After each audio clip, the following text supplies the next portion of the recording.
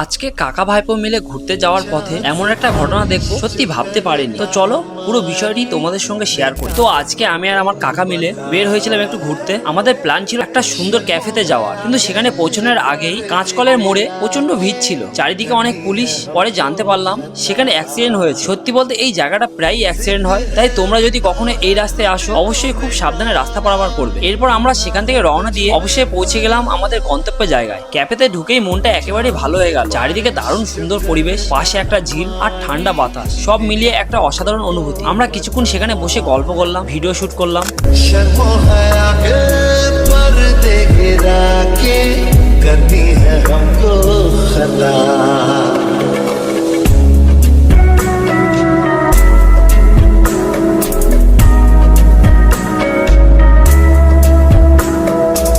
আর guys, এখানকার ভিউটা সত্যিই দারুণ। তোমরা যদি কখনো এই জায়গাটায় আসো অবশ্যই একবার ঘুরে যেও। এরপর আমরা আর বেশিক্ষণ দেরি না করে সেখান থেকে বেরিয়ে পড়লাম বাড়ির উদ্দেশ্যে। তো গাইস, এই ছিল আজকের ছোট্ট মিনি ব্লগ। ব্লগটি ভালো লাগলে অবশ্যই লাইক, কমেন্ট আর শেয়ার করতে ভুলো না।